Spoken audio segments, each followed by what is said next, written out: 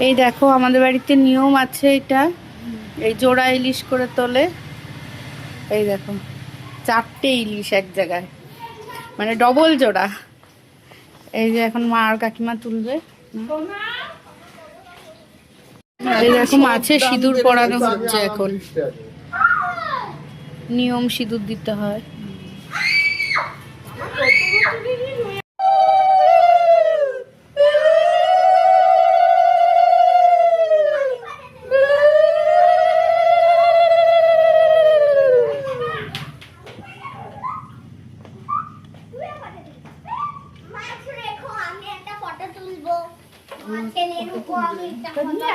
mobile